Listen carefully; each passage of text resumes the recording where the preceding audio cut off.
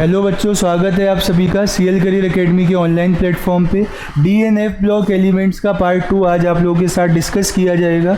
Transition element हमने sir पढ़ लिए थे, आज हमें डी ब्लॉक एलिमेंट्स के कंपाउंड और एफ ब्लॉक पढ़ना है। तो स्टार्ट करेंगे बच्चों वहीं से, ठीक है।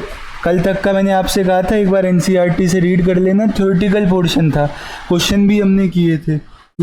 तो दो कंपाउंड पढ़ने रहते हैं अपने को, एक तो पोटेशियम डाइक्रोमेट और एक पोटेशियम परमैंगनेट। क्या क्या पढ़ना होता है सर इसमें आपको मेथड ऑफ प्रिपरेशन पढ़ना होता है, कैसे इन्हें बनाया जाता है, ठीक। तो हम पढ़ने जा रहे हैं बेटा इंपॉर्टेंट कंपाउंड्स, वैसे तो और भी हैं लेकिन एनसीईआरटी में आपके दो ही दिए हैं, जिसमें पहला है पोटेशियम डाइक्रोमेट। दो प्रकार के आयन होते हैं बच्चों, एक होता है क्रोमेट आयन जिसका फॉर्मूला होता है CrO4 2- और एक होता है डाइक्रोमेट जिसका फॉर्मूला होता है Cr2O7 2-, ठीक है। तो ये आपके सामने आयन्स होते हैं। तो पोटेशियम डाइक्रोमेट क्या होगा? पोटेशियम बेटा ग्रुप 1 का है, वैलेंसी +1 इनकी -2। तो यहाँ से जो फॉर्मूला आएगा वो आता है K2Cr2O7। तो डाइक्रोमेट का फॉर्मूला क्या है? K2Cr2O7 है। अच्छा, इसको बनाया कैसे जाता है सर? इसको बनाया जाता है बेटा क्रोमाइट ओर से। क्रोमाइट ओर को ऐसे भी रिप्रेजेंट कर देते हैं FeOCr2O3, या फिर एक साथ दोनों, मतलब ऑक्सीजन सबको एक साथ कर लिया तो Fe एक था, Cr 2 थे, ऑक्सीजन 4 हो गए। तो पहला क्वेश्चन ये बनता है कि स्टार्टिंग मटेरियल क्या है K2Cr2O7 बनाने का? तो वो क्या है बच्चों? क्रोमाइट ओर है। ये रिएक्शंस आपको इनकम्प्लीट दी जाएंगी, आपको कंप्लीट करनी होंगी, ठीक है। तो देखो पहले स्टेप में ना इसको फ्यूज़ कराते हैं। फ्यूज़ का मतलब मेल्ट करा देंगे किसी बेस के साथ, सोडियम कार्बोनेट एयर की सप्लाई में। तो एयर से क्या आ जाएगा? ऑक्सीजन। आप वर्ड्स में ध्यान रखो, क्रोमाइट ओर का बेटा सोडियम क्रोमेट बन जाता है। क्या बन जाता है? Sodium chromate. क्योंकि वर्ड्स में हमें जल्दी याद होगा सर, सिंबल और एलिमेंट के फॉर्मूले में देर में याद होगा। तो पहले स्टेप में क्रोमाइट ओर से क्या बना? Sodium chromate. कैसे बना? देखो क्रोमेट का यही तो फॉर्मूला आएगा, आप इसको क्रॉस मल्टीप्लाई करके लिख लेना, Na2CrO4, देखो वही बन रखा है। उसके बाद हम सोडियम क्रोमेट को एसिडिफाई करते हैं। एसिडिफाई करने से सोडियम डाइक्रोमेट बन जाता है। क्या बन गया? Sodium dichromate. तो आप अगर स्टेप वाइज चल रहे हो तो आप देखो क्रोमाइट ओर से पहले आपने क्या बनाया? Sodium chromate. नाम जल्दी याद होता है सर। उसके बाद यहाँ से बन गया सोडियम डाइक्रोमेट। तो यहीं रुक जाते सर। आपको तो ट्रांजिशन एलिमेंट का कंपाउंड बनाना था ना, क्रोमियम का कंपाउंड बन गया। फिर क्या चुन हुई? आपको सोडियम की बजाय आप पोटेशियम डाइक्रोमेट बना रहे हो। पोटेशियम डाइक्रोमेट बनाने का कॉज ये है कि ये ज़्यादा सॉल्युबल रहता है, तो इसको आप सेपरेट आउट नहीं कर सकते हो। लेकिन पोटेशियम डाइक्रोमेट की सॉल्युबिलिटी कम होती है, इसको आप सेपरेट आउट कर लेते हो। तो फाइनली सोडियम हटाने के लिए मैंने क्या किया बेटा? KCl के साथ रिएक्शन कराई और यहाँ पे आपके सामने क्या बन गया? पोटेशियम डाइक्रोमेट बन गया। तो ये आपने याद भी किया होगा बोर्ड एग्जाम्स के लिए, इम्पॉर्टेंट था, है ना, कैसे बनाया जाता है सोडियम डाइक्रोमेट। तो 3 स्टेप हैं, आपको ध्यान रखना है। क्रोमाइट ओर को फ्यूज़ करेंगे तो बन जाएगा सोडियम क्रोमेट, फिर एसिड के साथ ट्रीट करवाएंगे तो बनेगा सोडियम डाइक्रोमेट, और फाइनली KCl के साथ कराएंगे तो सोडियम रिप्लेस होके क्या आ जाएगा? पोटेशियम आ जाएगा, ठीक है। तो ये आपके स्टेप्स हैं जिनसे कि सोडियम डाइक्रोमेट बनता है, ठीक है सर। तो मेथड ऑफ प्रिपरेशन ध्यान रखना, बता दी मैंने आपको, ठीक। उसके बाद अगर मैं इसकी कुछ प्रॉपर्टीज़ की बात करूं आपसे तो ध्यान से देखना ज़रा आप। बेटा क्रोमेट से डाइक्रोमेट कैसे बन रहा था? एसिडिफाई करके। अभी तो आपने देखा था सेकंड स्टेप में क्या करते थे हम? एसिडिफाई करते थे। सर क्रोमेट जो है ना वो उसको डाइक्रोमेट में बदला जा सकता है एसिडिफाई करके, मतलब एसिडिक मीडियम में ले जाके। मैंने कहा ठीक है, ये लो सर। तो बेटा वापस भी तो काम किया जा सकता है। अगर डाइक्रोमेट में आप बेसिक मीडियम डाल दो तो ये वापस से क्या बना लेगा? क्रोमेट बना लेगा। तो ये बात पूछी जाती है कि दोनों आपस में इंटर कन्वर्टेबल हैं, क्रोमेट और डाइक्रोमेट आपस में क्या है, inter convertible depending upon pH. अगर आप क्रोमेट को एसिडिक कंडीशन दोगे वो डाइक्रोमेट बना लेगा, डाइक्रोमेट को बेसिक कंडीशन दोगे वो क्या बना लेगा, क्रोमेट। अब यहाँ से क्वेश्चन कैसे आता है, इनकम्प्लीट रिएक्शन दे देते हैं, कंप्लीट करो। तो आपको पता है ये क्रोमेट, ये एसिडिक मीडियम, ये क्या बना लेगा, डाइक्रोमेट। बैलेंसिंग देख लो, यहाँ 2 क्रोमियम है तो 2 कर लेना, ऑक्सीजन 8 है, यहाँ 7 हैं, तो बेटा ऑक्सीजन की कमी वाटर से पूरी की जाती है, 2H हो गए तो यहाँ क्या लगा लेना, 2H+। ऐसे ही आपको ये भी दे सकते हैं, डाइक्रोमेट है, इसको बेसिक मीडियम में ट्रीट कराया जा रहा है, बताओ क्या बनेगा। सर डाइक्रोमेट क्रोमेट बना लेता है बेसिक मीडियम में, तो CrO4 2-। अब बैलेंस करो इसे, 2 क्रोमियम 2 क्रोमियम, 8 ऑक्सीजन हो गए, यहाँ 7 और 1 8 बैलेंस है, बट हाइड्रोजन नहीं है सर, है ना, हाइड्रोजन अभी भी क्या है, अनबैलेंस है। तो आप क्या करो यहाँ पे, अगर H2O लगाते हो तो 9 ऑक्सीजन हो जाएंगे, तो यहाँ भी बेटा 2 कर लेना, जिससे 7 और 2 9 ऑक्सीजन, 2 4 8 और 1 9, हाइड्रोजन भी बैलेंस हो गए, चार्ज भी बैलेंस हो गया, -2 -2 -4, 2 × 2 -4। तो ये दोनों रिएक्शन समझ आई कैसे बनी है, ठीक है। तो इसको आपको ध्यान रखना है, कंप्लीट करने को आ सकती है, ठीक। और अगली बात करता हूँ मैं, इफ़ेक्ट ऑफ हीट, मतलब अगर मैं इसको हीट करूँ बेटा डाइक्रोमेट को तो क्या बनेगा, K2Cr2O7 को हीट करें तो क्या बनेगा। तो ये बच्चों आपको एक तो क्रोमेट दे देगा K2CrO4 और साथ में देता है क्रोमियम का ऑक्साइड। तो ये कंपाउंड ऑब्टेन होते हैं पोटेशियम डाइक्रोमेट को हीट करके, सोडियम क्रोमेट और क्रोमियम का ऑक्साइड, ठीक है। ठीक, तो ये आप रिएक्शन ध्यान रखना, ये पीएच चेंज करने पे होती है, ये हीट करने पे होती है। प्रिपरेशन हमने देखी ली थी, ये बात इन्होंने लिख भी रखी है बेटा यहाँ पे देखना, कि सोडियम डाइक्रोमेट ज़्यादा सॉल्यूबल होता है पोटेशियम डाइक्रोमेट से, जैसे मैंने आपको वहाँ बताया था। तो इसीलिए हम चाहते हैं ऐसा कंपाउंड बने जो कम सॉल्यूबल हो, ताकि उसे आप सेपरेट आउट कर पाओ। जो सॉल्यूबल रहेगा वो तो बाहर ही नहीं आएगा सॉल्यूशन से। उसके बाद क्रोमेट और डाइक्रोमेट आपस में क्या रहते हैं, इंटर कन्वर्टेबल, जैसे मैंने आपको पहले बताया था। ये बात डिपेंड किस पे करती है सर, डिपेंड करती है पीएच पे, एसिड या बेस कैसा पीएच है, ठीक है। अब इनके स्ट्रक्चर देख लो बेटा, क्रोमेट के और डाइक्रोमेट के। क्रोमेट का क्रोमियम का हाइब्रिडाइजेशन sp3 होता है, टेट्राहेड्रल स्ट्रक्चर होता है। सारे chromium oxygen bond length same होते हैं, है ना। ये जो सारी क्रोमियम ऑक्सीजन बॉन्ड लेंथ है ये क्या होती हैं, सेम। अगर कोई रीज़न पूछता है आपसे तो रीज़न है बेटा रेजोनेंस, है ना। अगर मैं आपसे बात करूं क्रोमेट में, तो in chromate all Cr oxygen bond length are same. Option में रीज़न दिया होगा, तो रीज़न है रेजोनेंस।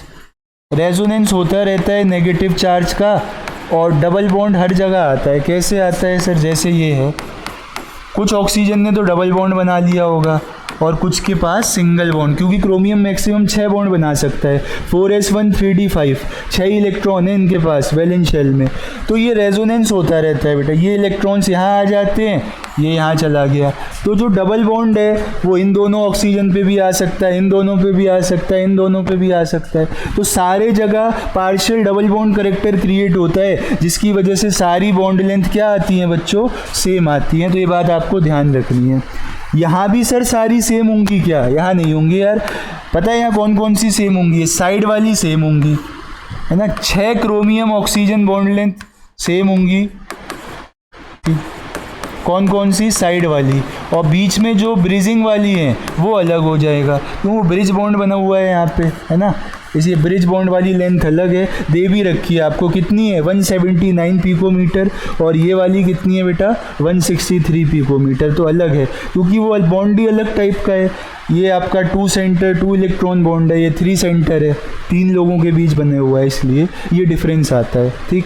कलर बताओगे आप लोग इनका, क्रोमेट का क्या कलर होता है, डाइक्रोमेट का क्या कलर होता है बेटा। डाइक्रोमेट का ऑरेंज कलर होता है, ठीक है। और क्रोमेट का कैसा होता है, येलो कलर होता है। तो कलर भी आपको ध्यान रखना है। कलर का कॉज बताओगे, कलर का कॉज क्या आता है?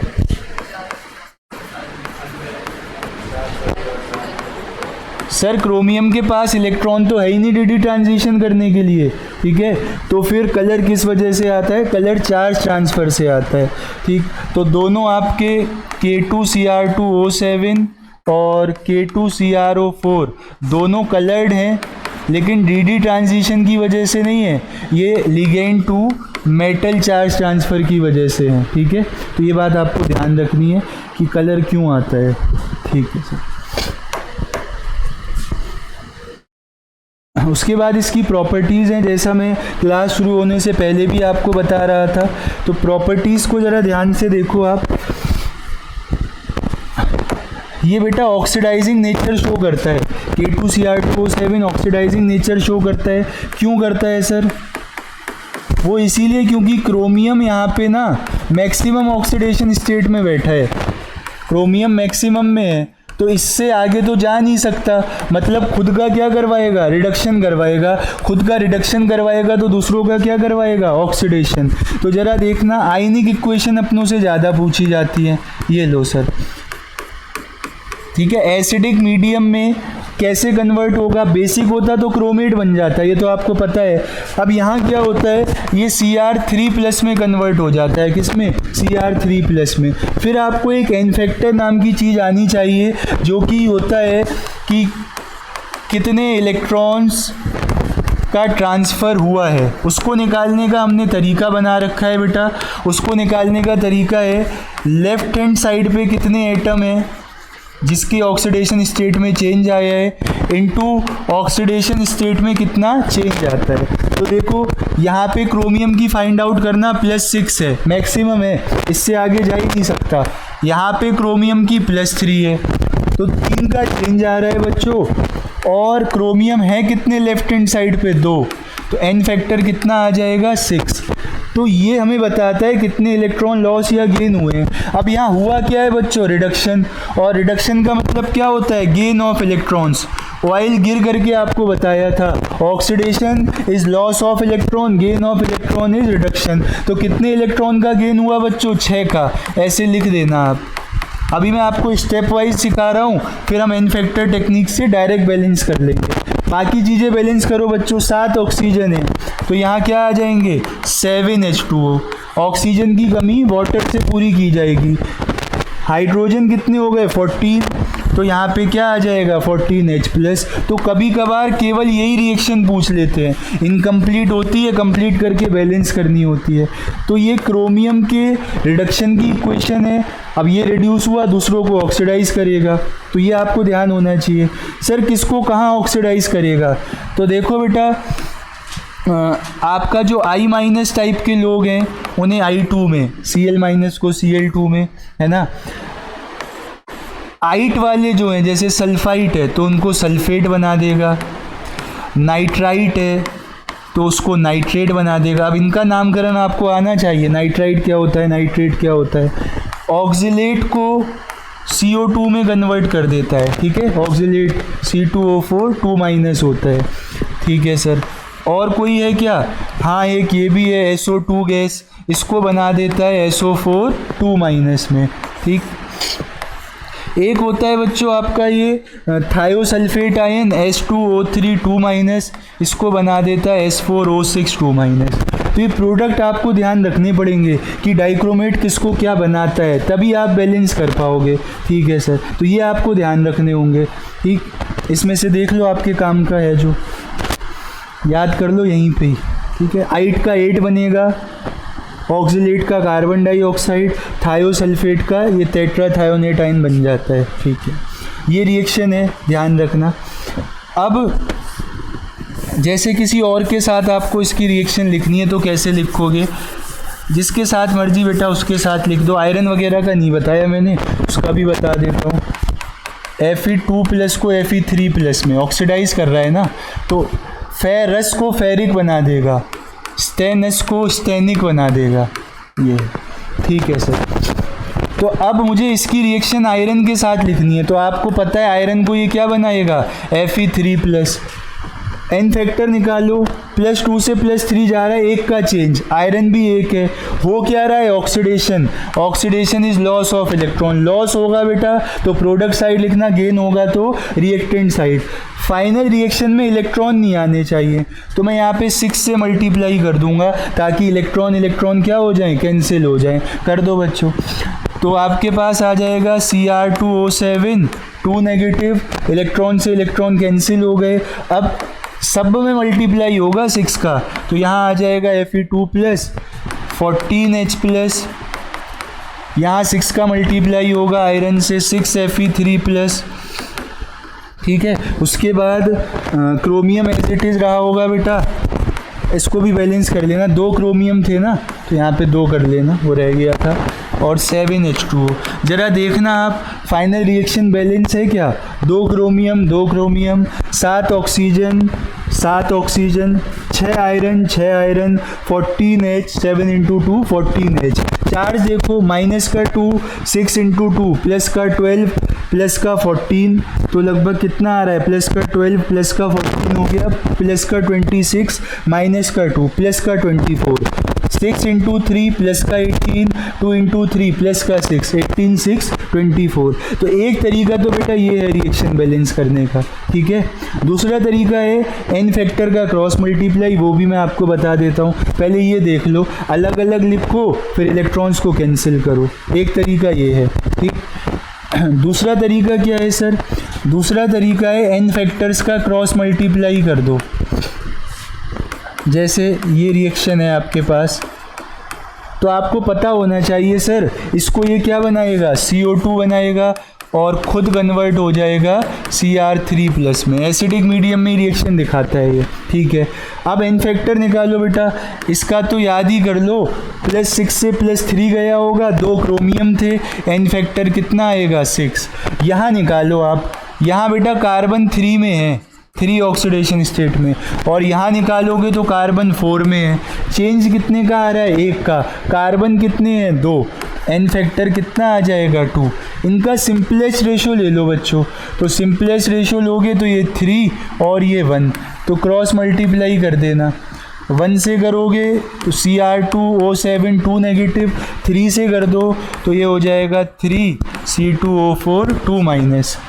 अब इधर साइड वालों का भी ज़रा हाल चाल ले लो, क्रोमियम 2 थे, 2 कर दो, कार्बन 6 थे तो यहाँ पे क्या कर दो 6, ऑक्सीजन चेक करो बेटा 7, 3 × 4 12, 12 और 7 19, यहाँ 12 हैं तो यहाँ पे आपको 7H2 और ऐड कर देने हैं, यहाँ पे 14H है, यहाँ एक भी H नहीं है तो यहाँ क्या आ जाएंगे 14H+। तो ऐसे रिएक्शन बैलेंस करते हैं। कभी आगे अपने बच्चों को पढ़ाओ, भाई बहन को पढ़ाओ तो ऐसे ही सिखाना, ठीक है। ये मत कहना बुक में ऐसे लिखी है तो याद कर लो, हमने भी याद करी थी। और बैलेंसिंग की खास बात ये आप खुद चेक कर सकते हो, उसको किसी चेक दूसरे से करवाने की ज़रूरत नहीं है। चार्ज बैलेंस होना चाहिए और क्या होना चाहिए, एटम बैलेंस होने चाहिए, ठीक है। तो मैंने दोनों टेक्निक बता दी। ये टेक्निक मैंने आपको रेडॉक्स में भी बताई थी, एन फैक्टर टेक्निक के नाम से, निंजा टेक्निक के नाम से। वो जो पीछे वाला था वो अपना थोड़ा ट्रेडिशनल वे है, उसमें टाइम ज़्यादा लगता है, ठीक है सर। ऑक्सीडाइजिंग नेचर हो गया। एक बेटा ये क्रोमाइल क्लोराइड टेस्ट भी दिखाते हैं, ये आपका प्रैक्टिकल केमिस्ट्री वाला पार्ट भी हो सकता है, तो ये इम्पोर्टेंट हो जाता है इस बार, क्योंकि हमारे को प्रैक्टिकल पोर्शन अलग से मेंशन करके दिया है। क्या होता है सर ये टेस्ट, ये बेटा कोई भी क्लोराइड आयनिक है या नहीं उसके लिए होता है। क्रोमाइल क्लोराइड टेस्ट किसके लिए होता है, आयनिक क्लोराइड्स को डिटेक्ट करने के लिए, मतलब किसी सैंपल में आयनिक क्लोराइड है या नहीं है, ठीक है। आयनिक क्लोराइड्स को डिटेक्ट करने के लिए यूज़ होता है। अच्छा सर होता क्या है इसमें, इसमें बेटा हम पोटेशियम डाइक्रोमेट लेते हैं, K2Cr2O7, एसिडिक मीडियम रखते हैं, और सपोज करते हैं मेरे पास सोडियम क्लोराइड था, आप पहले से जानते हो ये आयनिक है, अभी तो हमें पता है तो हम पहले से लेके चल सकते हैं। होता क्या है सर, यहाँ से कंपाउंड बनता है क्रोमाइल क्लोराइड, जिसको आप ऑर्गेनिक में पढ़ते थे एटार्ट्स रिएक्शन में, टोलुइन से क्या बना देता है, बेंजल्डिहाइड बना देता है। इसका नाम क्या है बच्चों, इसका नाम है क्रोमाइल क्लोराइड। जब गैसियस फॉर्म में होता है ये और रेडिश ब्राउन वेपर्स आपको यहाँ से निकलती हुई दिखेंगी, किसकी? क्रोमाइल क्लोराइड की। तो वो तो किसी और चीज़ की भी हो सकती हैं सर। तो कन्फर्मेशन करने के लिए बेटा हम इसको ट्रीट करवाते हैं NaOH के साथ, और यहाँ से बन जाता है सोडियम क्रोमेट। और सोडियम क्रोमेट या क्रोमेट का आपको मैंने कलर बताया था, कैसा कलर होता है? येलो कलर होता है। तो फाइनली बेटा अगर कुछ येलो कलर का आपको लिक्विड देखने को मिले तो इसका मतलब ये कैसा रहा होगा? ये आयनिक रहा होगा। तो आयनिक क्लोराइड्स को डिटेक्ट करने के लिए आप क्या करते हो? जो सैंपल आपको दिया गया है उसमें आप क्या डाल देते हो? Acidified potassium dichromate. पहले तो वो क्रोमाइल क्लोराइड बनाएगा, रेडिश ब्राउन वेपर्स निकलेंगी, फिर उन वेपर्स को आप NaOH से पास कराना, तो क्या बन जाएगा? सोडियम क्रोमेट, येलो कलर का ऑयली लिक्विड। और कोई कंफर्मेशन चाहता है तो आप इसको लेड एसीटेट में भिगो देना। किस में ऐड कर देना? लेड एसीटेट में। तो यहाँ से बेटा लेड क्रोमेट बन जाएगा। यहाँ से क्या बन जाएगा? लेड क्रोमेट बनेगा। और यहाँ से तो बिल्कुल ही कंफर्म हो जाएगा, क्योंकि ये येलो कलर का प्रेसिपिटेट होता है, बिल्कुल पाउडर की फॉर्म में नीचे सेटल हो जाएगा। यहाँ तो पूरा लिक्विड येलो था, यहाँ केवल कुछ सॉलिड सब्सटेंस नीचे आके डिपॉजिट होगा। तो ये क्या है बच्चों? क्रोमाइल क्लोराइड टेस्ट किसके लिए यूज़ होता है? आयनिक क्लोराइड्स के लिए। कौन नहीं देगा, है ना? ये टेस्ट कौन नहीं देगा सर? तो बेटा तस्लीम की कार ये टेस्ट नहीं देगी, है ना? एल को कर लेते हैं M, ठीक है। तो यहाँ पे देखो आप, कैपिटल लेटर्स का रोल है। तस्लीम की कार जो है सर वो हमें पॉजिटिव टेस्ट नहीं देगी, मतलब आपको ये फाइनली रेडिश ब्राउन वेपर्स नहीं मिलेंगे, या येलो लिक्विड नहीं मिलेगा, या फाइनली येलो प्रेसिपिटेट नहीं मिलेगा। T से है बच्चों टिन का क्लोराइड, A से है आर्सेनिक का क्लोराइड, सिंबल होता है इसका AS, है ना। S से है आपके पास S से सिल्वर का क्लोराइड है, ठीक है। इस S से एक एलिमेंट होता है, उसका सिंबल होता है Sb, है ना। एंटीमनी आपको बताया भी था, SbCl3, SbCl5 ये नहीं देंगे बच्चों। ये वाला टेस्ट लेड का क्लोराइड नहीं देगा, मरकरी का क्लोराइड नहीं देगा ये टेस्ट, और कॉपर का क्लोराइड नहीं देगा। तो आपसे ऐसे भी क्वेश्चन पूछा जा सकता है, which of the following chloride will not give chromyl chloride test, तो ये वाले नहीं देंगे बेटा, ठीक है। तो मैंने निमोनिक से याद करा दिया, पूरा प्रोसेस ये है। क्रोमाइल क्लोराइड का कलर पूछा जा सकता है, रेडिश ब्राउन कलर होगा। नीट में क्वेश्चन भी आया है, क्रोमाइल क्लोराइड में क्रोमियम की ऑक्सीडेशन स्टेट बताओ, +6 आएगी, निकाल लेना। ऑक्सीजन की -2 मान के, क्लोरीन की -1 मान के। ये टेस्ट समझ आया कि नहीं? ठीक है, तो इसको आप ले लेना, बाद में स्क्रीनशॉट एक जगह रख लेना, काम की चीज़ है ना। प्रैक्टिकल केमिस्ट्री वाला पोर्शन है। और देखो कौन दारू पी के गाड़ी चला रहा है या नहीं, आप ये भी बता सकते हो इसी की हेल्प से। उसको कहा जाता है बेटा ड्रंकन ड्राइवर टेस्ट। तो आजकल एप्लीकेशन बेस्ड चीज़ें ज़्यादा आ रही है, रटने रटाने का काम कम हो गया है। क्या होगा सर? बेटा ये ऑक्सीडाइजिंग एजेंट है, K2Cr2O7 अच्छा ऑक्सीडाइजिंग एजेंट है एसिडिक मीडियम में। जैसे ही पियक्कड़ आदमी पुलिस के उसमें अपना है ना फूंक मारता है, तो उसकी बॉडी में अल्कोहल होता है, अल्कोहल की वेपर्स बाहर आती हैं। जो उनके पास मशीन होती है उसमें ये सॉल्यूशन होता है पहले से, तो उसमें वो एंटर करता है और ये खुद तो ऑक्सीडाइज हो जाता है एसिड में। आप पढ़ते थे ऑर्गेनिक में, अल्कोहल्स ऑक्सीडाइज होके क्या बनाते हैं? एसिड बनाते हैं। और ये रिड्यूस हो जाता है बेटा Cr3+ में। तो इसका जो ऑरेंज कलर है ना वो कन्वर्ट होने लगता है ग्रीन कलर में। जितना ज़्यादा ग्रीन कलर आएगा उतना ज़्यादा उस इंसान ने पैक मार रखे हैं। तो ये तरीका है कि कौन पी के गाड़ी चला रहा है या नहीं। इसी को क्या कहा जाता है? Drunken driver test. इसमें भी क्या यूज़ होता है? इसमें भी आपका सोडियम डाइक्रोमेट यूज़ होता है। एल्कोहल ऑक्सीडाइज होके एसिड बनाता है, डाइक्रोमेट रिड्यूस होके क्रोमियम 3+ आयन बना लेता है। अगर ये एसिड बेटा H2SO4 रहा होता तो ये कंपाउंड में पूरा बना देता, Cr2SO4 का होल थ्राइस। अब पता नहीं है ना कौन सा एसिड यूज़ किया है, तो इसलिए हम आयनिक इक्वेशन लिखना प्रेफर करते हैं। ठीक, तो ये सारी प्रॉपर्टीज़ थी बच्चों पोटेशियम डाइक्रोमेट के लिए। यूजेस भी पढ़ लो एक बार, कहाँ कहाँ यूज़ होता है, मैचिंग में आ सकता है। वॉल्यूमेट्रिक एनालिसिस, मतलब आप जो टाइट्रेशन करते हो लैब में, वॉल्यूम देखते हो ब्यूरेट का कितना यूज़ हुआ वहाँ पे। डाइज में यूज़ होता है, डाई वो चीज़ होती है जो कलर प्रोवाइड करती है, तो ये कलर भी प्रोवाइड करते हैं। लेदर इंडस्ट्री में यूज़ होता है, फोटोग्राफी में यूज़ होता है फॉर हार्डनिंग ऑफ फिल्म, जो पहले रील आती थी ना उनको हार्ड करने के लिए। क्रोमाइल क्लोराइड टेस्ट में यूज़ होता है, मैंने आपको बता दिया। ग्लास के ऑब्जेक्ट्स को क्लीन करने में यूज़ होता है। और साथ ही साथ एक आप अगले चैप्टर में पढ़ोगे एडिशन कंपाउंड या डबल सॉल्ट, क्रोम एलम, ठीक है, तो उसको बनाने के लिए भी यूज़ होता है। तो इसके यूजेस हैं, आपको मैचिंग में यू पूछे जा सकते हैं, 3-4 कंपाउंड दे देंगे, साथ में उसके यूज़ लिखे होंगे।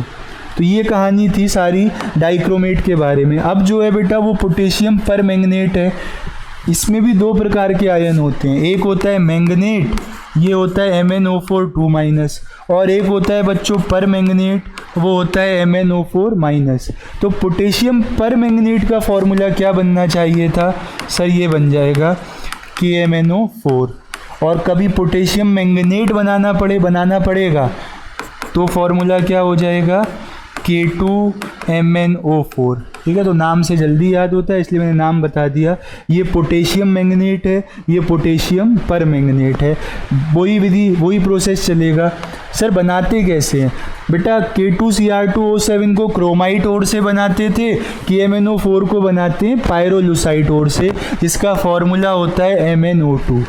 क्या करते हैं? इसको भी फ्यूज़ कराते हैं किसी बेस के साथ, क्योंकि एसिडिक मीडियम में डिस्प्रपोर्शनेट हो जाता है आगे चल के, एसिडिक और न्यूट्रल में, एयर की सप्लाई में। तो ये क्या बनाता है?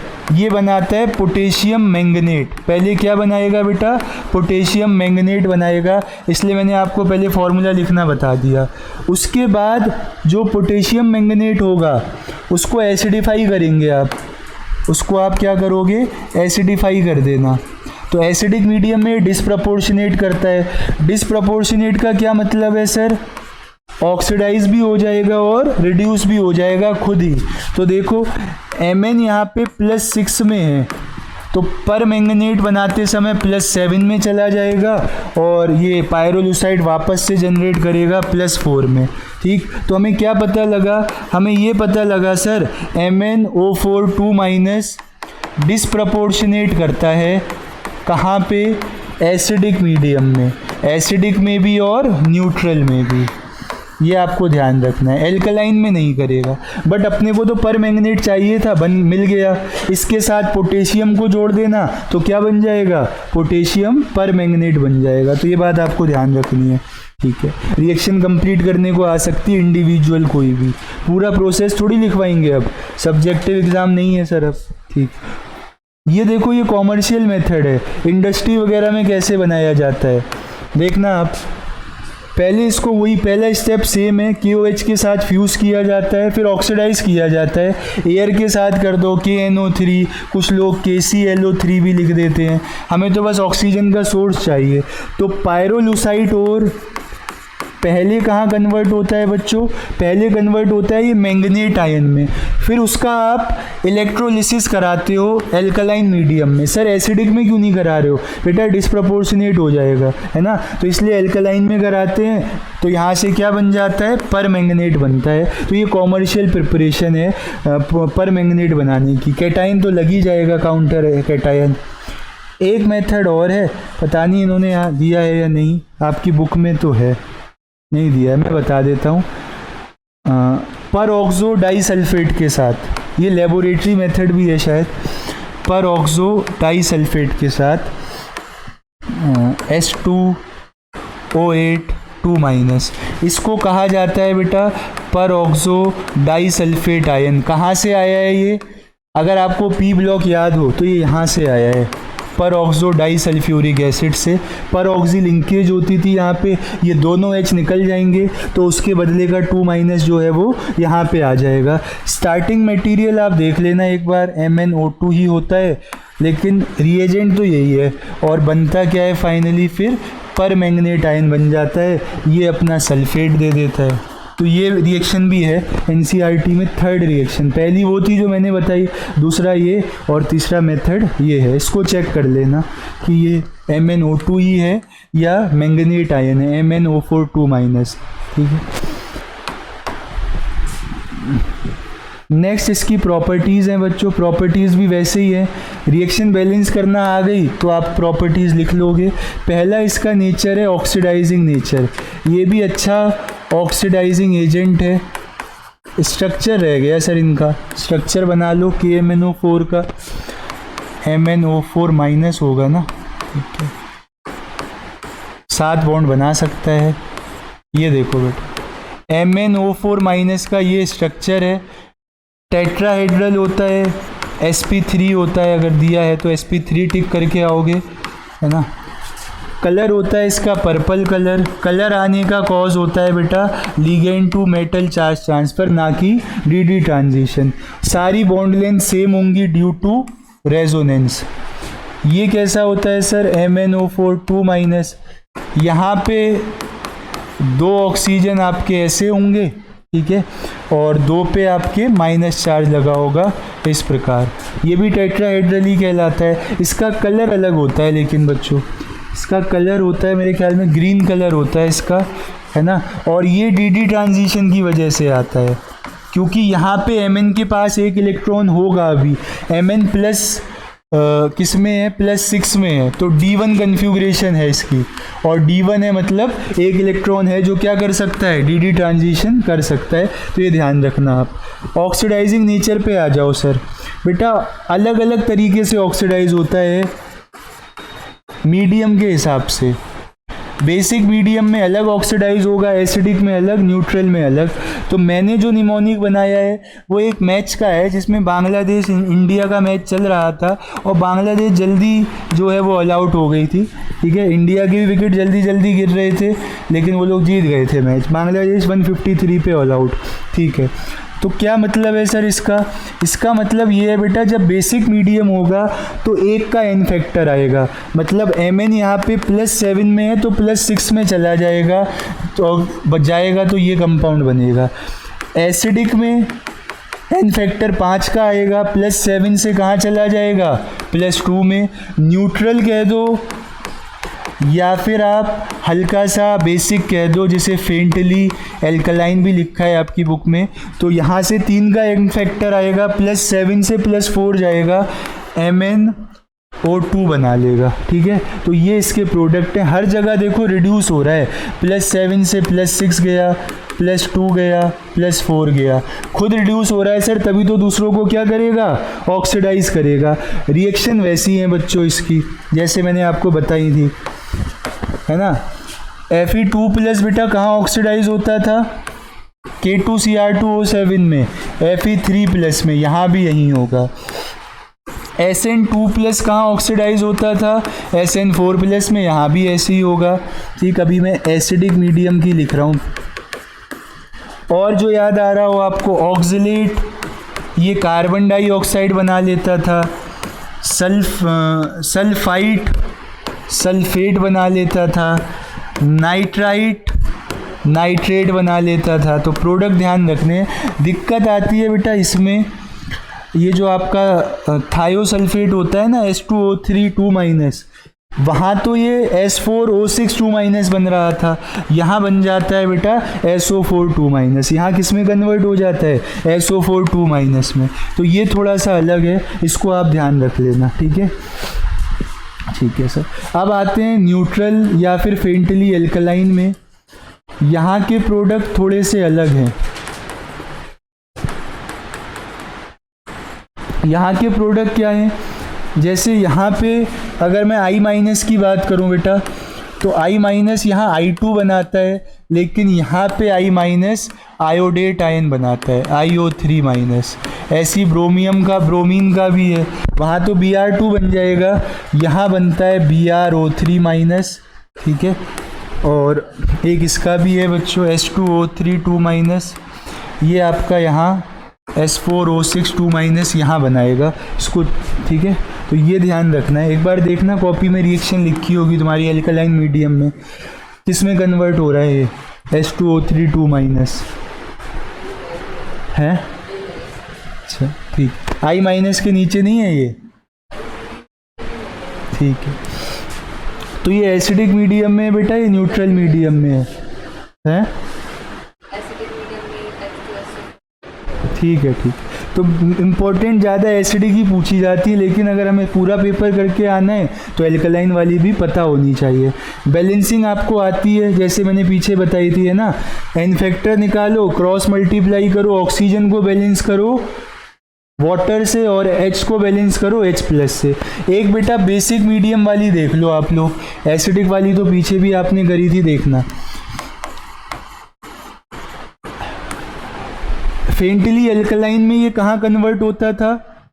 MnO4-। फेंटली एल्कलाइन में कहाँ कन्वर्ट होता था? बांग्लादेश, न्यूट्रल 153, है ना। तो ये कन्वर्ट होता था सर MnO2 में, ठीक है। और रिएक्शन करा रहा हूँ मैं इसकी I- के साथ। एल्कलाइन मीडियम है बेटा, ये वाला है, फेंटली एल्कलाइन है। तो होगा क्या, I- अब I2 नहीं बनाएगा, ये क्या बना लेगा? IO3-। अब एन फैक्टर निकालो बेटा, ये तो आपने बता ही दिया था सर 3 होता है, यहाँ निकालना पड़ेगा। -1 से +5, 6 का चेंज, आयोडीन 1, तो एन फैक्टर 6। सिंपलेस्ट रेशो ले लो, तो ये 1 हो जाएगा, ये 2, क्रॉस मल्टीप्लाई कर देना, तो ये हो जाएगा 2MnO4-, और यहाँ पे आ जाएगा बेटा I-। अब इंडिविजुअल चीज़ों को बैलेंस कर लो। Mn 2 है, यहाँ पे Mn 2 कर लेना, ठीक है। और बाकी देख लो आप, ऑक्सीजन बैलेंस कर लो, यहाँ 8 हैं, यहाँ कितने, 4, 3, 7। तो मैंने क्या किया था, एक वाटर मॉलिक्यूल यहाँ पे ऐड कर लिया था, ठीक है। एक वाटर मॉलिक्यूल ऐड किया था, इधर दिखेगा नहीं शायद, इसमें यहाँ लिख देता हूँ।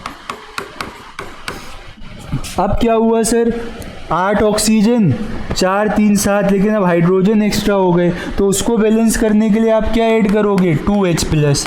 बस इतना ध्यान रखना बेटा, एल्कलाइन मीडियम में फाइनली जितने आपने H+ ऐड किए हो उतने क्या ऐड कर देना? OH- दोनों साइड, उतने क्या ऐड कर देना? OH- दोनों साइड।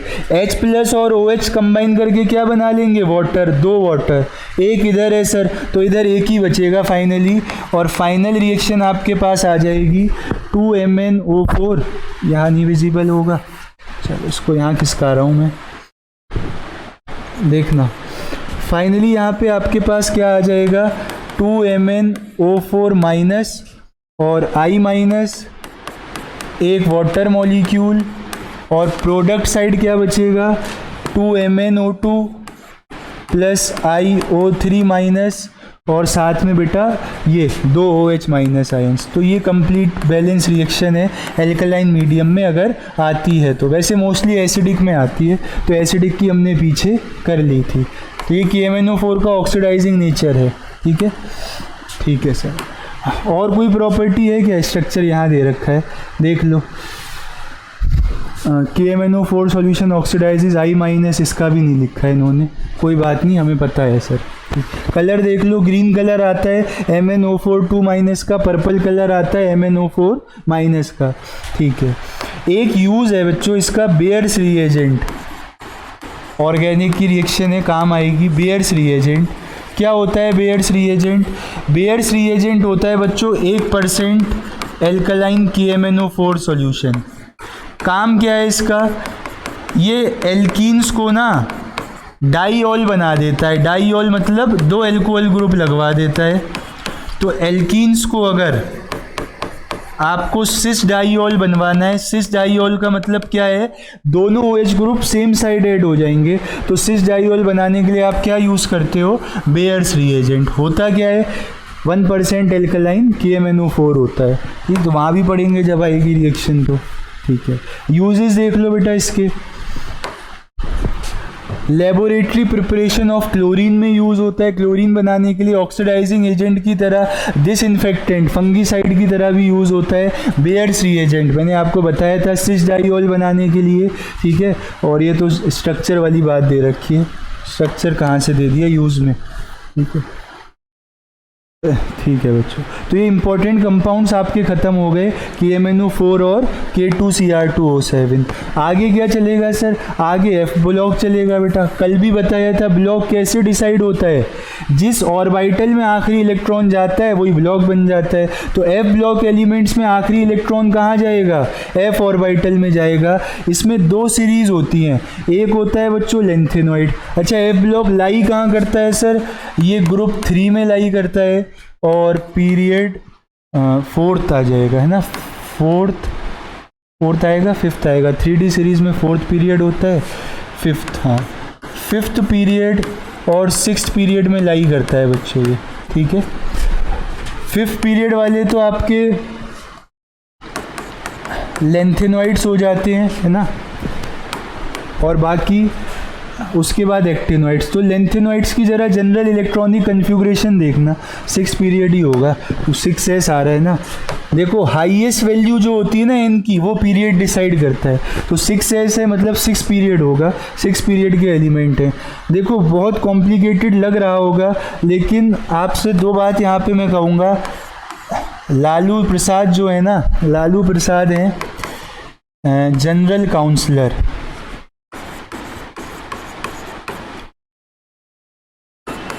सर क्या है यहाँ पे बेटा वो एलिमेंट लिख दिए मैंने जिनकी कन्फिग्रेशन थोड़ी हटके है, मतलब ट्रेंड फॉलो नहीं होता है, एबनॉर्मल है, जिसे आप लोग एक्सेप्शन कह देते हो, ठीक है। ये है आपका GD और ये आ जाएगा CE, ठीक है, काउंसलर। तो देखो ये 4 एलिमेंट ऐसे हैं बेटा जिनकी D1 कन्फिग्रेशन होती है, मतलब एक इलेक्ट्रॉन इनका कहाँ चला जाता है? D में। जाना नहीं चाहिए था क्योंकि ये F ब्लॉक है, बट कुछ एबनॉर्मलिटी है हाफ फील्ड और फुल फील्ड की वजह से, तो इलेक्ट्रॉन कहाँ चला जाता है? D1 में चला जाता है। अब देखो मैं एग्जाम्पल लेता हूँ लेंथेनम 57 का। इसके पास वाली नोबल गैस बताओ बच्चों।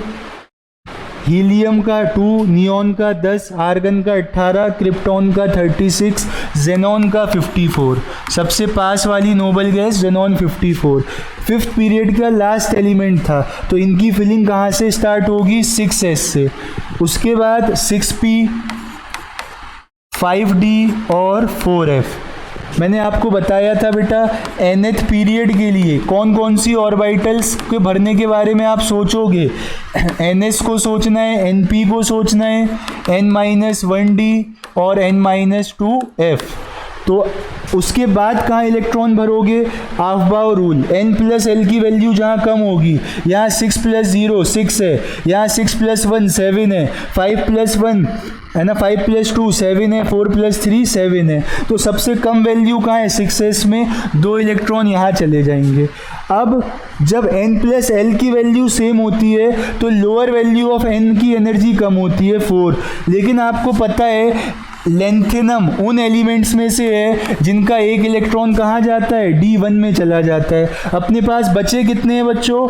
54 और 2 56, एक बचा है, वो कहाँ चला जाएगा? D में। तो इसकी कन्फिग्रेशन आप देख सकते हो क्या है? 5d1 6s2, ठीक है। तो ऐसी नहीं आई है, कुछ सोच समझ के आई है सर। सीरियम का देख लो बेटा 58।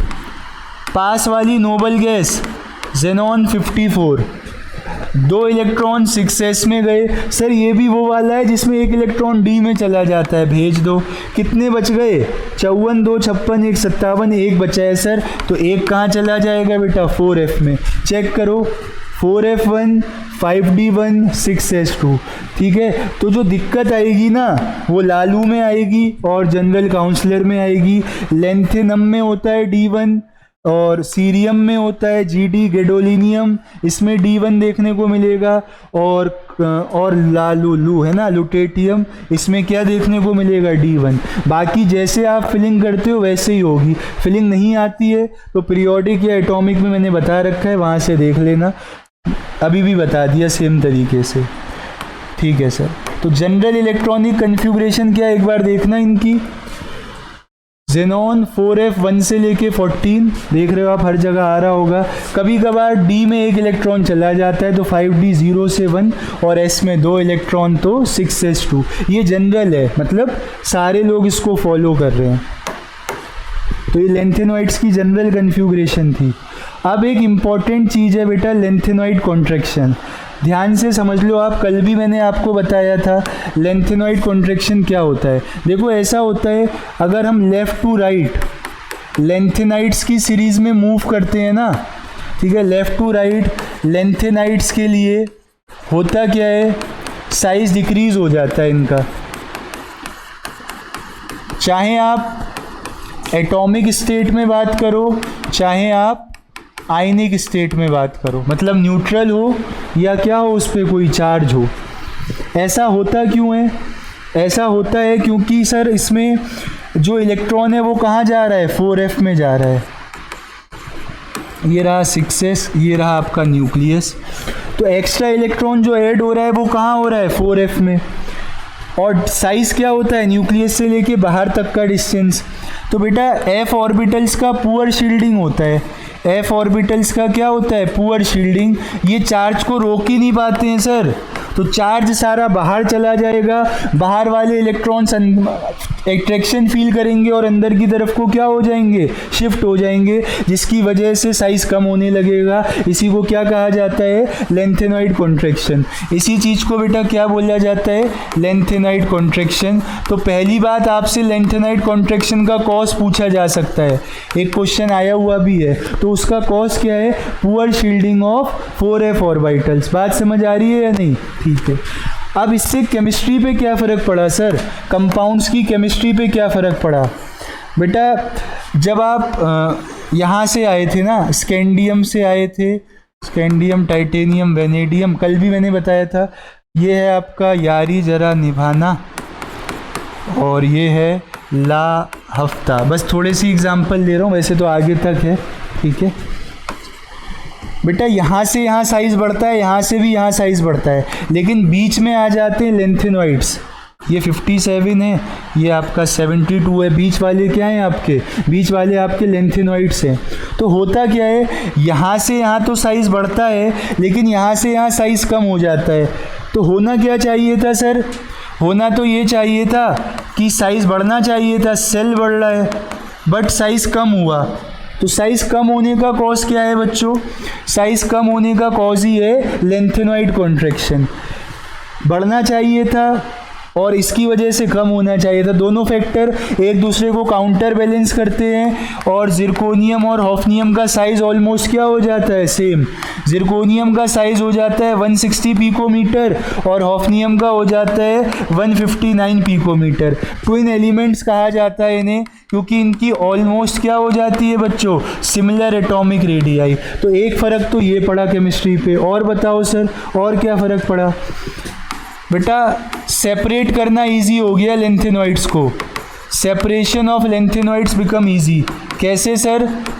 भाई पहले गेहूं में से आपको कुछ अलग गंदगी बाहर निकालनी है, तो क्या है, उसमें कलर का डिफरेंस होगा, साइज़ का डिफरेंस होगा, तभी तो आप उसमें उसको विनोइंग करोगे तो पार्टिकल अलग गिर जाएगा। वैसे ही यहाँ है, साइज़ कम होता जा रहा है, तो साइज़ कम होगा तो प्रॉपर्टीज़ में चेंज आएगा, है ना, प्रॉपर्टीज़ चेंज होंगी, कलर चेंज होगा, सॉल्युबिलिटी चेंज होगा, जिसकी वजह से आप उसे क्या कर पाओगे, डिस्टिंग्विश कर पाओगे कि ये भाई ऐसा कलर दे रहा है तो इसके पास कम इलेक्ट्रॉन होंगे, इसकी सॉल्युबिलिटी ज़्यादा है तो ये अच्छा पोलैरिटी है या नहीं।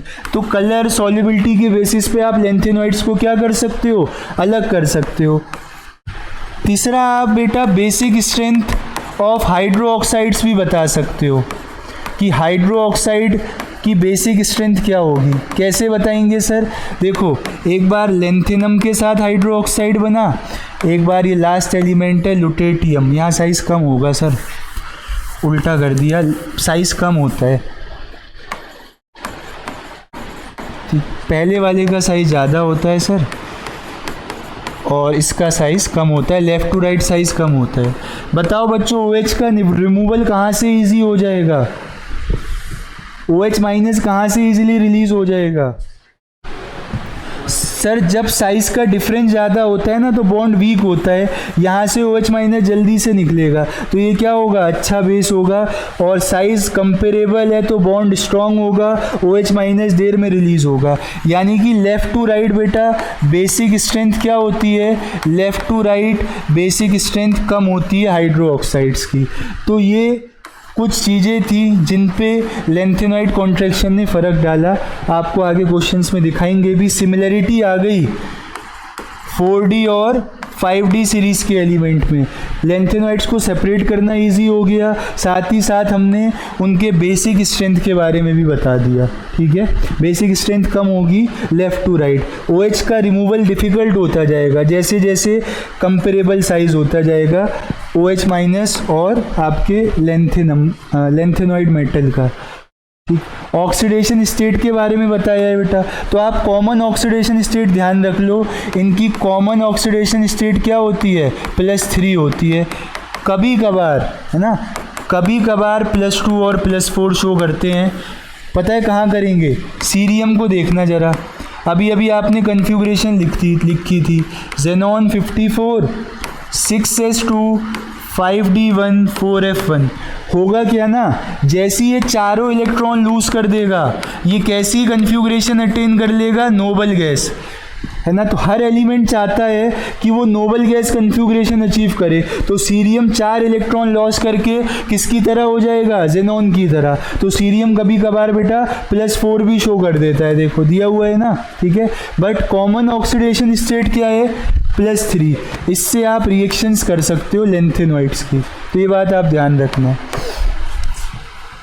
देखो रिएक्शंस दी भी हैं, तो आप वैसी कंपाउंड बनाओ +3 में मान के। किसी चीज़ की वैलेंसी +3 है, उसका ऑक्सीजन के साथ कंपाउंड कैसे बनेगा, +3, ये -2, तो M2O3 क्या बन जाएगा, M2O3। नाइट्रोजन की वैलेंसी कितनी होती है बच्चों, -3 होती है, तो यहाँ से आप क्रॉस मल्टीप्लाई करोगे तो कैसा कंपाउंड बन जाएगा, Mn टाइप का बन जाएगा। सल्फर भी ऑक्सीजन फैमिली का ही है, सल्फर भी किसका है, ऑक्सीजन फैमिली का, तो इसकी भी वैलेंसी -2 होती है, तो क्या बन रहा है, देखो M2S3 बन रहा है। हेलोजन की वैलेंसी -1 होती है, ग्रुप 17 में आते हैं, तो यहाँ से क्या कंपाउंड बन रहा है, MX3 टाइप का बन रहा है। ये मेटल्स होते हैं बच्चों, तो मेटल को अगर पानी में ऐड करोगे तो हाइड्रोजन गैस रिलीज होगी, ऐसी मेटल को अगर आप एसिड में ऐड करोगे तो भी यहाँ से क्या है, हाइड्रोजन गैस रिलीज हो जाएगी। रिएक्शन समझ ली कैसे आ रही है, +3 में मान के, +3 वैलेंसी रख के हम क्रॉस मल्टीप्लाई करके कंपाउंड बना रहे हैं, तो ऐसे ही ये सारी रिएक्शन आई है आपके सामने। आपकी बुक में ऐसे बना के दे रखा है, बीच में लेंथेनॉइड लिखा है, चारों तरफ बना रखा है। यूजेस पूछे जा सकते हैं बेटा आपसे, इम्पॉर्टेंट होता है एक लेंथेनॉइड्स का मिस मेटल, ये पता है कहाँ यूज़ होता है, बुलेट प्रूफ जैकेट्स में, है ना, आर्मी डिफेंस वगैरह में यूज़ होता है बुलेट प्रूफ जैकेट्स बनाने में। 90 से 95% तो इसमें लेंथेनॉइड ही होते हैं। सीरियम होता है 40.5%, लेंथेनम नियोडियम होता है 44%, और बाकी बचा कुछा और मेटल्स हैं आपके, आयरन है, ये सब है, ठीक है। तो कहाँ पे यूज़ होता है, ये बुलेट्स प्रूफ जैकेट में यूज़ होता है, ठीक है।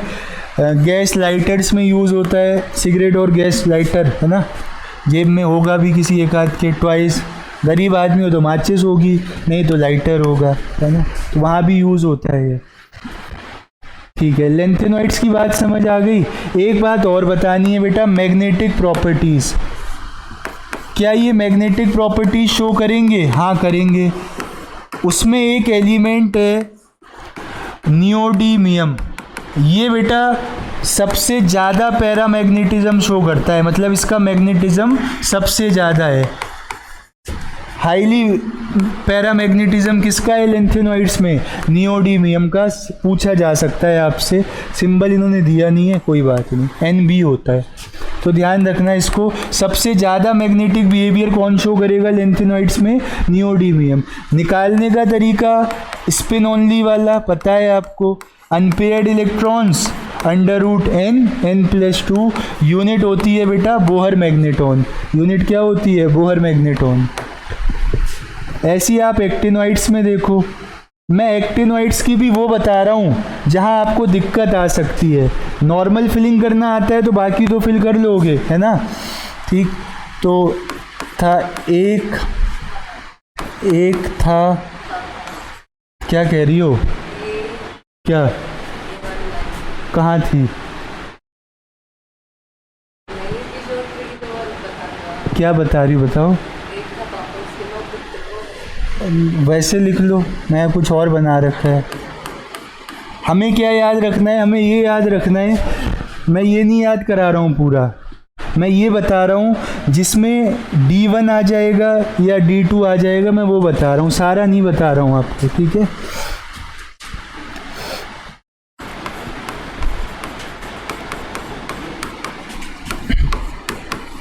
एक था आम दोस्त, है ना, उसके पापा ने कार चलानी आती नहीं थी, कार लड़वा दी उन्होंने। क्या बताना चाह रहे हो सर आप यहाँ पे बेटा मैं वो एलिमेंट बताना चाह रहा हूँ जिसमें D1 आएगा। देखो एक तो एक्टिनियम में आता है D1, तो पहले वाले ए से आपका यही है एक्टिनियम। उसके बाद एक बार और ए आएगा, वो इसके लिए है, कहाँ गया, एक ए से और होता था यार, उन्होंने हटा रखा है, गायब कर रखा है, इसमें होता था अमेरिकियम में। चलो आगे देखते हैं, यू से देखना बेटा, ये देखो यूरेनियम, इसमें भी क्या आता है, D1 आता है। मैं D1 वाले आपको बता रहा हूँ, बाकी आप फिलिंग कर लोगे, ठीक है। P से यहाँ पे देखो D1 किस में आ रहा है, PA में आ रहा होगा, ठीक है, प्रोटेक्टियम बोला जाता है इसको, D1 आ रहा है। ध्यान रखना पहले D में भेजना इलेक्ट्रॉन S के बाद, आफ्बाउ रूल ऐसा नहीं कह रहा है, बट में अब नॉर्मलिटी है तो उस वजह से पहले D में फिर F में जाएंगे। और देखो आप N से कौन है बेटा, N से जिसमें D1 आ रहा हो, नेप्टूनियम है ये, NP। उसके बाद C से है कोई, CM है, C से क्या है, CM। और L से जिसमें आपका LR है, ठीक। तो ये वो एलिमेंट हैं जिनकी क्या होगी, D1 कन्फिग्रेशन होगी, मतलब एक इलेक्ट्रॉन आपको कहाँ भेज देना है, D में भेज देना है, ठीक है। तो देख लो वहीं एबनॉर्मलिटी आई है। बाकी तो जैसे आप इलेक्ट्रॉन फिल करते हो पहले 7s में फिर 5f में, वैसे ही होगा। एक्टिनोइड्स की भी बेटा कॉमन ऑक्सीडेशन स्टेट +3 होती है। एक्टिनोइड्स की भी कॉमन ऑक्सीडेशन स्टेट क्या होती है, +3, लेकिन ये लोग +4, +5, +6 भी शो करते हैं। क्यों, कंपेरेबल एनर्जी होती है उन ऑर्बिटल्स की जहाँ पे इलेक्ट्रॉन होते हैं। Comparable energy of 5f, 6d and 7s orbitals. तो जहाँ से मर्जी वहाँ से इलेक्ट्रॉन निकल जाएगा और अनेकों तरीके की ऑक्सीडेशन स्टेट ये शो करते हैं।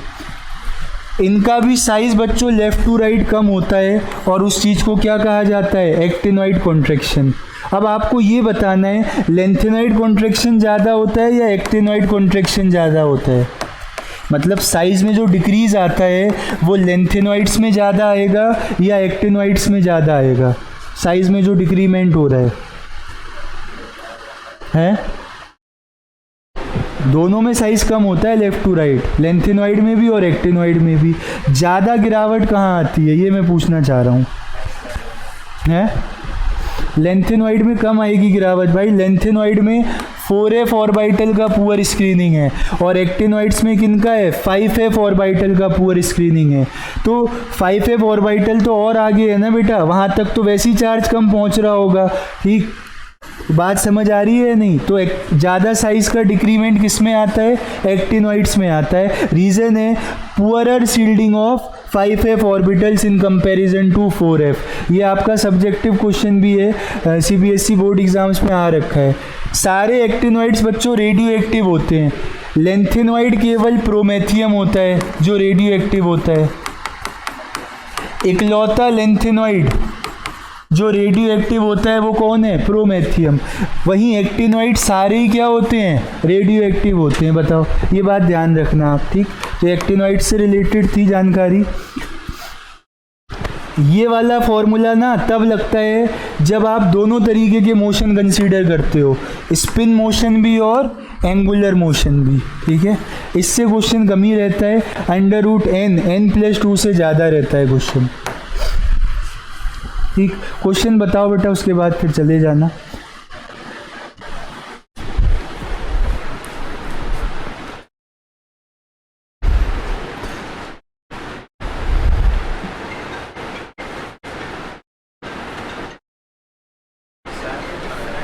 हैं,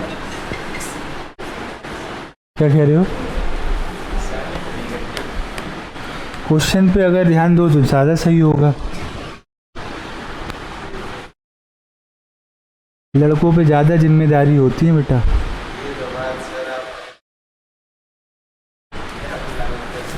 The pi bonding involves overlap of d orbitals of oxygen with d orbitals of manganese। देखो अगर आप स्ट्रक्चर देखोगे ना तो स्ट्रक्चर बेटा कुछ इस प्रकार था। ऑक्सीजन तो अपने p ऑर्बिटल से बॉन्ड बनाएगा, बट मैंगनीज जो है वो d ऑर्बिटल से बॉन्ड बनाएगा क्योंकि ये d ऑर्बिटल का है।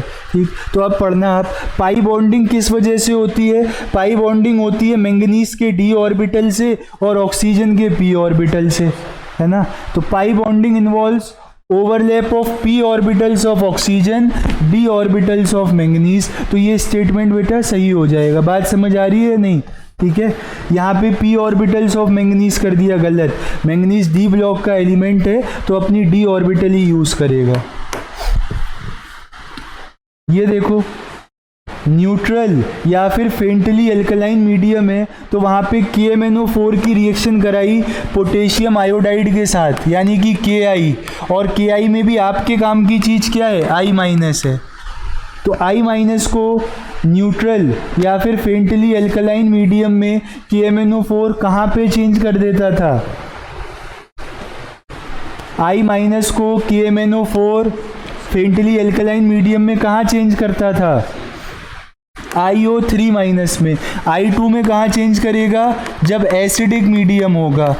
अगर दो बार तो आज की तारीख में मैंने तुम्हें ये बताई यार, एक बार क्लास शुरू होने से पहले बताया था, एक बार अभी बताया है। हाँ, तो आयोडेट बनता है एल्कलाइन में। डी ट्रांजिशन भी एग्जिबिट करे और पैरामैग्नेटिज्म भी, दोनों का कॉज है अनपेयर्ड इलेक्ट्रॉन। तो अगर आप ध्यान से देखोगे तो यहाँ पे क्रोमियम +6 में डी ट्रांजिशन कर ही नहीं सकता, 6 इलेक्ट्रॉन होते थे चले गए। यहाँ भी क्रोमियम 6, ये भी डी ट्रांजिशन नहीं करेगा।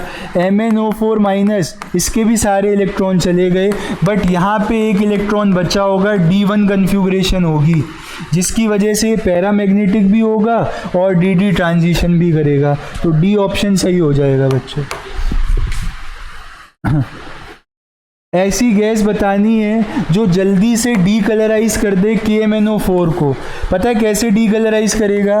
देखो, इसका खुद का पर्पल कलर होता है और जब ये बेटा एसिडिक मीडियम में रिड्यूस हो जाता है ना तो इसका कलरलेस हो जाता है ये। तो आप देखो ये किसके साथ रिएक्ट कर सकता है? SO2 के साथ, बाकी के साथ क्यों नहीं? ऑलरेडी सर फॉस्फोरस +5 में बैठा है, ये इसकी मैक्सिमम ऑक्सीडेशन स्टेट है। ऑलरेडी कार्बन +4 में बैठा है, इसकी मैक्सिमम ऑक्सीडेशन स्टेट है। सल्फर +4 में है, +6 में चला जाएगा तो KMnO4 यूज़ हो जाएगा। तो KMnO4 का पर्पल कलर किस में कन्वर्ट हो जाएगा? कलरलेस में। इसको ऑक्सीडाइज कर देगा, खुद क्या हो जाएगा? रिड्यूस हो जाएगा। SO2 will be the right answer. Next देखो, उसी तरीके का है। SO2 को जब पास किया जाता है K2Cr2O7 से तो क्या बनता है? SO2 रिड्यूस नहीं होता है सर, SO2 तो ऑक्सीडाइज होता है SO4 में। गलत बात। Green Cr2SO4 whole thrice is formed. Acidic medium में यही बनता है बेटा, ये कन्वर्ट हो जाता है Cr3+ में, और जो कैसे कलर का होता है? ग्रीन कलर का होता है। तो ये स्टेटमेंट सही है। ब्लू नहीं होता है, डीकलराइज भी नहीं होता है, KMnO4 होता था डीकलराइज। तो बी ऑप्शन सही हो जाएगा, एग्जाम में आया हुआ क्वेश्चन है। ठीक, नेक्स्ट देखो आप, सबसे कम KMnO4 किसके साथ लगेगा? तो आपको एन फैक्टर से चेक करना पड़ेगा बेटा। एक लॉ ऑफ इक्विवेलेंस होता है जो ये कहता है कि दोनों रिएक्टेंट्स के ग्राम इक्विवेलेंट बराबर रिएक्ट करते हैं। ठीक है, ठीक है सर। तो देखो आप ध्यान से किस तरीके से होगा। आयरन यहाँ पे +2 में है, +3 में चला जाएगा। आयरन यहाँ +2 में, कार्बन भी +3 में, दोनों चीज़ें कन्वर्ट होंगी। आयरन बनाएगा बेटा 3+ और ये बना लेगा कार्बन डाइऑक्साइड। यहाँ देखना, यहाँ भी आयरन +2 में है, कन्वर्ट हो जाएगा Fe3+ में। नाइट्रोजन +3 में है, नाइट्राइट है, तो किस में कन्वर्ट हो जाएगा? नाइट्रेट में कन्वर्ट हो जाएगा। यहाँ पे आयरन कन्वर्ट हो जाएगा 3+ में। चारों जगह बेटा एन फैक्टर बताओ जरा, चारों जगह एन फैक्टर बताओ।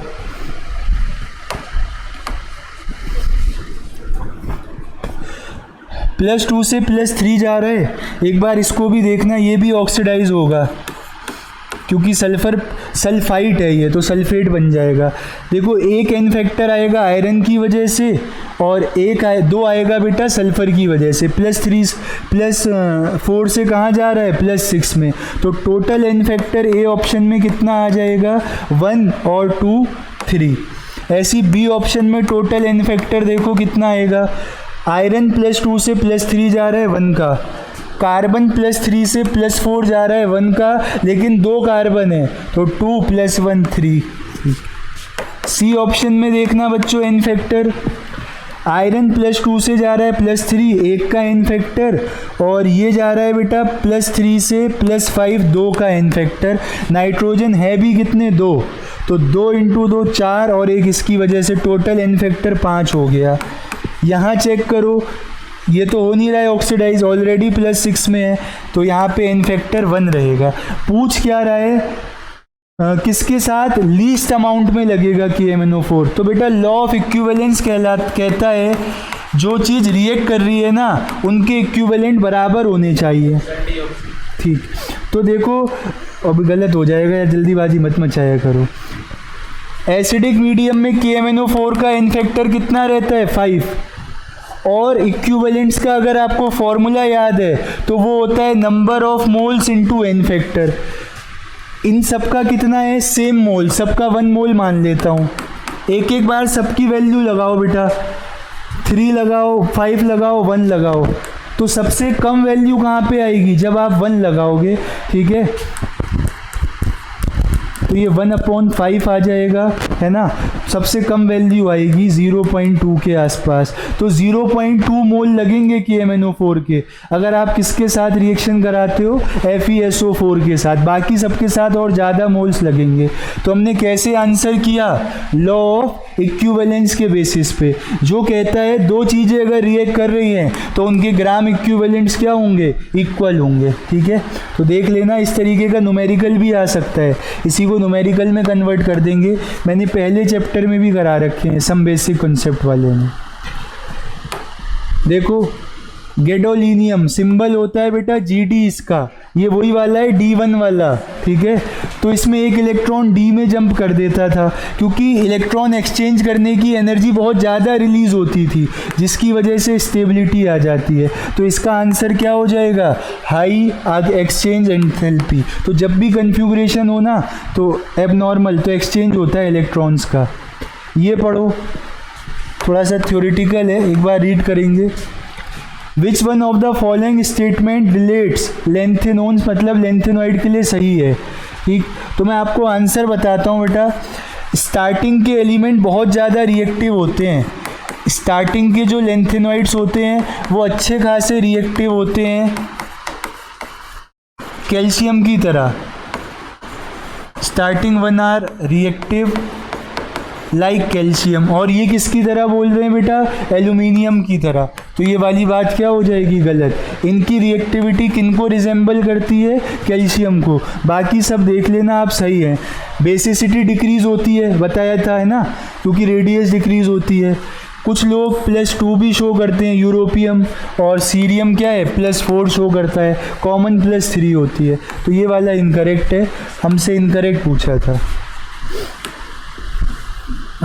ये बता दो, कन्फ्यूग्रेशन लिखनी है, बताओ किस में सही आएगा?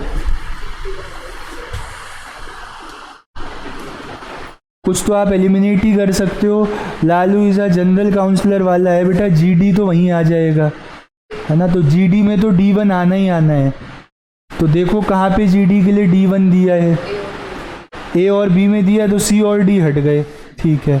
उसके बाद बाकियों से चेक कर लो सर, यूरोपियम से कर लो, यूरोपियम 63, पास वाली noble gas xenon 54, fifth period का लास्ट एलिमेंट है तो 6s, उसके बाद बाकी 4f में भेज देना, तो 6s2 56 हो गए, कितने बच रहे हैं, 4 और 3 7 चले जाएंगे बेटा 4f में।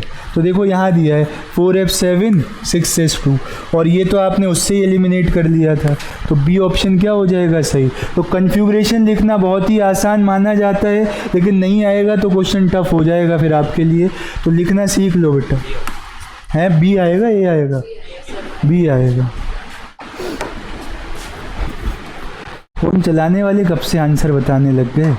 इधर देखो, because of lanthanoid contraction which of the following pairs of element have nearly same atomic radii, zirconium and hafnium, है ना, एक पॉसिबिलिटी ये है, या फिर बेटा टेंटिलम, नहीं यारी ज़रा निभाना, नायोबियम या फिर टेंटिलम भी हो सकता है अगर ऑप्शन में है, तो है नहीं, अलग अलग है। अगर ये दोनों एक साथ होते ना तो वो आंसर भी सही हो जाता, बट अभी मोस्ट अप्रोप्रिएट क्या है, जिरकोनियम और हॉफनियम है, ठीक है।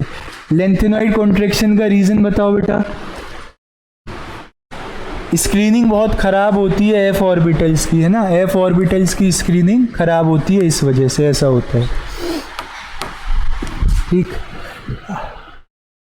बहुत ज़्यादा ऑक्सीडेशन स्टेट शो करते हैं एक्टिनॉइड्स, +4 +5 +6, तो मैंने वहाँ पे एक रीज़न लिखा था आपके सामने कि 5f 6d और 7s ऑर्बिटल्स की एनर्जी क्या होती है, कंपेरेबल होती है, ठीक है। ऐसे ही 3d में भी लिखवाया था कि 3d और 4s की एनर्जी क्या होती है, सेम होती है। ये थोड़ा सा मिक्स टाइप का है, मतलब इसमें कैटलिस्ट का नाम दिया है और प्रोसेस को आपको उसको मैच करवाना है। ये पता है कहाँ यूज़ होता है, ये यूज़ होता है H2SO4 बनाने में, कॉन्टैक्ट प्रोसेस में यूज़ होता है। ये प्रोसेस का नाम भी पूछा जा सकता है, कहाँ यूज़ होता है, कॉन्टैक्ट प्रोसेस में। फर्स्ट का क्या आ जाएगा बेटा, R आ जाएगा। इस कैटलिस्ट का नाम पता है किसी को, ये होता है जिगलर नाटा कैटलिस्ट, इसका नाम है जिगलर नाटा कैटलिस्ट। खुद नाटा है और इनकी चेन बढ़ा देता है, मतलब पॉलीमराइजेशन में काम आता है। कहाँ पे यूज़ होता है, पॉलीमराइजेशन ऑफ एल्कीन्स में। तो देखो क्या आंसर हो जाएगा, पॉलीमराइजेशन ऑफ इथाइलिन, 2 का S, तो यहीं से आंसर आ जाएगा आपका 1 का R और 2 का S। बाकी भी आप चेक कर लेना, ठीक है। तो जितने याद कर जाओगे उतने वहाँ एलिमिनेट करने में हेल्प हो जाएगी, ठीक है। तो ये सारा आपका था DNF ब्लॉक, ठीक। एक रिएक्शन और देख लो यार, इम्पॉर्टेंट है, K2Cr2O7 की H2O2 के साथ एसिडिक मीडियम में CrO5 बनता है बच्चों। ये एडवांस तक में ये क्वेश्चन आ रखा है, लेकिन ये नीट के मॉड्यूल्स में भी दिया है, एलिन वगैरह के मॉड्यूल में देखोगे ये रिएक्शन लिखा है। तो इसका ब्लू कलर होता है, CrO5 आता है, क्रोमियम की ऑक्सीडेशन स्टेट +6 होती है, ठीक है। तो एक इसको आप लिख लेना। सेम रिएक्शन पोटेशियम क्रोमेट भी दिखाता है, बिल्कुल सेम, तो दोनों की सेम रिएक्शन है, ठीक। तो यहाँ पे हमने DNF ब्लॉक अपना एलिमेंट फिनिश कर लिया। कल हम करेंगे बेटा कोऑर्डिनेशन कंपाउंड्स, ठीक है। नेक्स्ट क्लास में मुलाकात होगी कोऑर्डिनेशन कंपाउंड्स के साथ।